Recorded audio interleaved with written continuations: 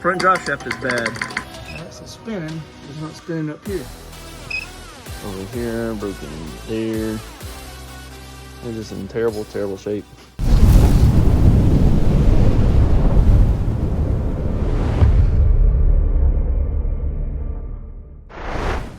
So we just got the Yeeter back. My buddy had borrowed it and he was without a car for a few weeks, and it just seemed like since it was doing daily duty, it kept having the issues. The alternator died. The transmission had been making a roaring noise since I put it back together. And I believe it wasn't the actual transmission, but it had started shaking on him pretty violently. And he said then the shaking stopped. Now let's see what all we can find out on it. So I went and looked at it while he was using it. I noticed the axle, you can see it's poor shape there. And then there was a tremendous amount of deflection in the axle when it's on the ground. So now it's up off the ground, obviously, so it's got less movement in it. And this one here, it's in really poor shape, like you could take it and smack it in and out. Sounds terrible. Also, I've got a new mount that I'll be putting in this. And I've got some S1 built lock-in plates.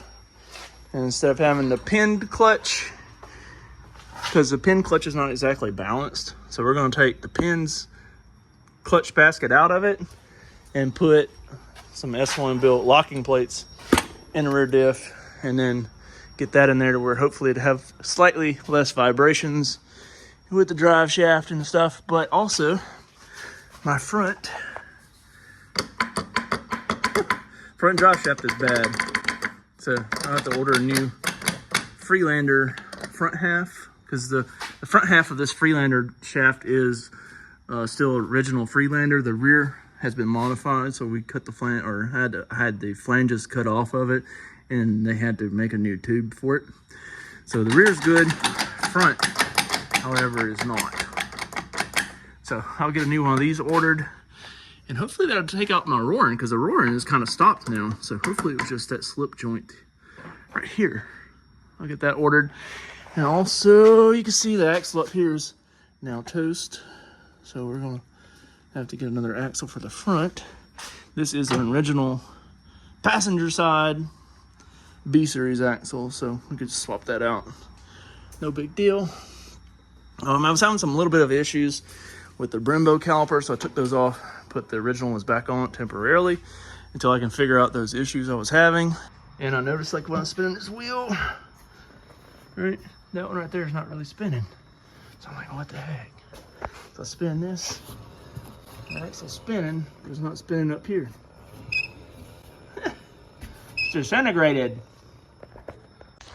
Thankfully for me, I have a couple part CRVs, and I have another rear diff and the axles to be able to put into that, or I'm gonna put the S1 plates into this other CRV diff and put these axles on, and just order another drive shaft, and then we should be good. So this is one of my parts RD1s, and I've also got that parts RD1, and I've got a second gen over there. I know some people like to call them RD2, but that's not an RD2, all right? That is a RD6 or RD7 is what the second gens are. The RD2 is still a front wheel, it's a first gen, but it's front wheel drive. So that's, a lot of people get confused with that for some reason. So it's the same way with the second gen. So like this one here is a RD7. So the RD7 is all-wheel drive, where the RD6 is front-wheel drive. So there you go. There's a little bit of tidbit of information for today. The more you know. So anyways, I'm gonna get my work van backed over here. You see it's like right there. It's basically a shop in a box. So I'm gonna back it up here, jack this back up, and go ahead and get this stuff off. See? Shop in a box. Got a lot of stuff in here. So I got a full toolbox, jacks, specialty tools, all kinds of stuff. So it works pretty well. It's got air on here too, pry bars, screwdrivers, you name it, it's on here. Power tools, sockets, wrenches, odds and ends. more sockets, odds and ends, pliers, and last but not least, odds and ends. So yeah, it's pretty well set up to do what I need to do, getting this stuff off. So go ahead and jack this baby up, start pulling this stuff out. All right, so I got the diff out, got the axles too. And I was able to get that out without removing the wheels or without taking the lower control arms off. Once I let the diff down, it gave me plenty enough room to be able to pop those axles out of it.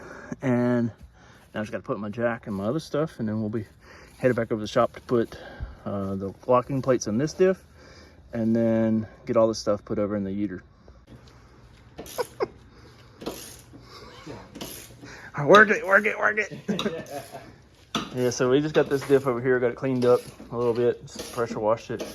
And now I'm gonna get all these 8mm bolts out right here so that we can take this nose off of it and put the locking plates in here. Went ahead and drained the fluid out of it too. And it kind of looks like somebody may have been in here before at some point, but that doesn't really matter. Like I said, take all these 8mm bolts out. You just need an extension, and I'm gonna use a power tool to expedite the process.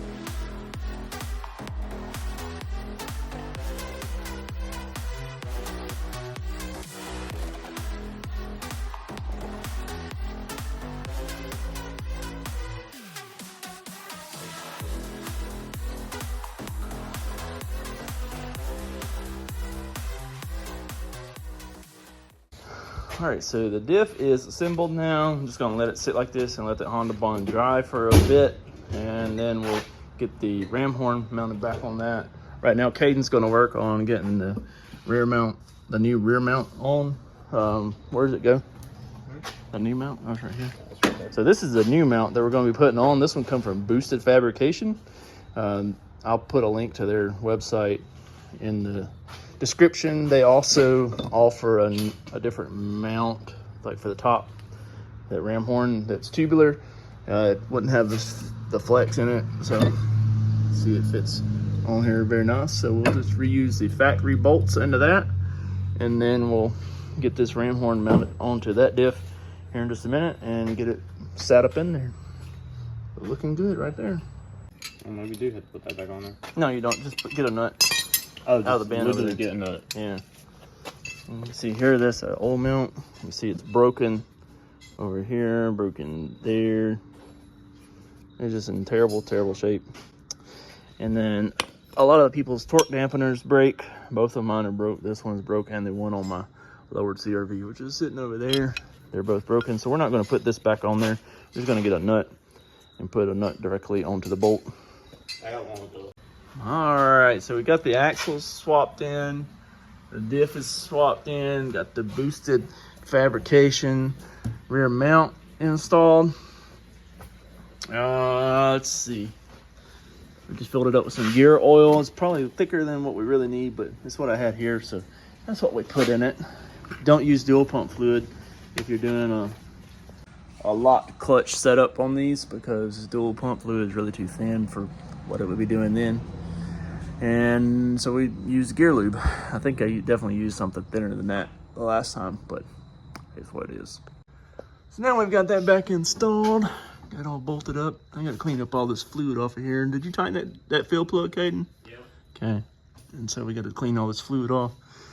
And it should be good to go on that front. And then I'll get this drive shaft ordered so we can fix that. And then I might have to change the O-ring in the transfer case here too. See, it's leaking a little bit. Little dampness. All right, so we got the drive shaft replaced.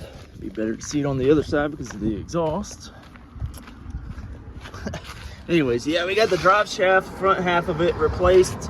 I was able to find this one local to me. A guy I know here has a all-wheel drive Civic, and I was fortunate enough to get a drive shaft from him as he put a aftermarket drive shaft in his. So we got that on there. It drives really good now. I drove it the other day for about an hour one way and it did great. Vibrations were limited, and that's kind of what we want to see. Overall, it did really good. And also want to tell you guys that we now have some new merch. So you have the shirts like this. I've got several different colors available on the website. Then we got the white tee with just the black outline logo. So these were all samples that I got, so there have been some revisions to them since. This one now, both of these, the graphic is on the back as opposed to the front, and this one no longer has this down here. It's got a little pocket logo up here. It's got the same pocket. I think it's got the white outline logo on the Yeeter shirts up here on the pocket, and then this is on the back, and I think it's a little bit different up here at the top. So, but yeah, check those out on the link in the description. And like I said, we have several different colors available for most of all the shirts. I know the Yeeter shirt only comes in black, but I think all the other ones have multiple colors available. So far, the OD military green has been the best seller. We're gonna get back to doing some more repairs and stuff on this. I still gotta fix that CV axle. I haven't had a chance to do that yet. I've just been really busy with my business the last few weeks and just haven't had a lot of chance to devote to my own vehicles. So I have more stuff in the works for the other RD1 that I have, the lowered one. And then this one is hopefully getting some new suspension components here pretty soon. So make sure you check out those videos in the future and check out the playlist for the RD1s. I've got plenty of repairs and that kind of stuff on the RD1. So thanks for stopping by and checking out the channel. Make sure you like, comment, subscribe, and check out that merch in the description. See you on the next one. Peace.